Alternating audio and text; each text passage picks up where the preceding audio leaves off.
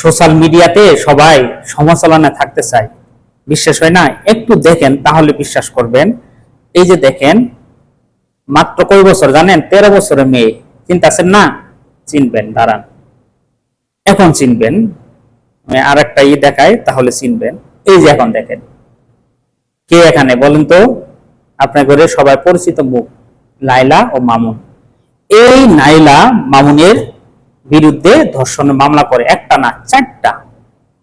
সেই মামুনি কিবা নীলনজ্জা মানুষ।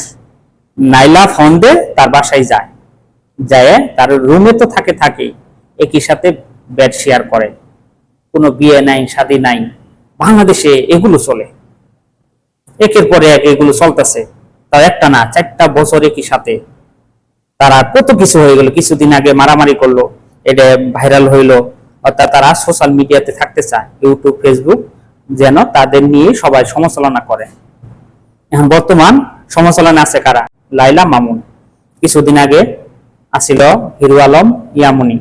দেখেন তারাও কি করতেছে, বউ অদল করছে। এখন তারা কিন্তু বউ অদল করে ভিডিও বানাইতেছে। কিছুদিন পরে দেখবেন তারাও সোশ্যাল মিডিয়াতে এসে বলবে, আমি রিয়ামুনকে বাদ দিছি, আমি ইতিকে বিয়ে করব।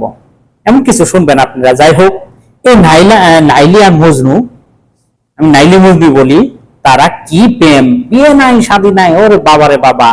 একই রুমে থাকতেছে, বেড শেয়ার করতেছে।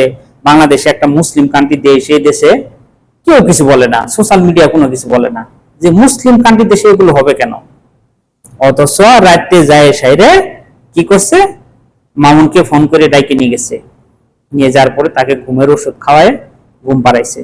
পাড়ানোর পরে মামুনের মোবাইলে যাহা কিছু ছিল সে মানে তার মোবাইলে ট্রান্সফার করছে। এখন এটি মামুন বলতেছে, আমার মোবাইল থেকে সে ট্রান্সফার করবে কেন? এই জন্য মামুন তার মুখে যত রকমের খারাপ নোংরা ভাষা আছে সে বলতেছে এবং ভিডিও করছে, করে সোশ্যাল মিডিয়া সাইডে দিছে, ভাইরাল, সাথে সাথে ভাইরাল।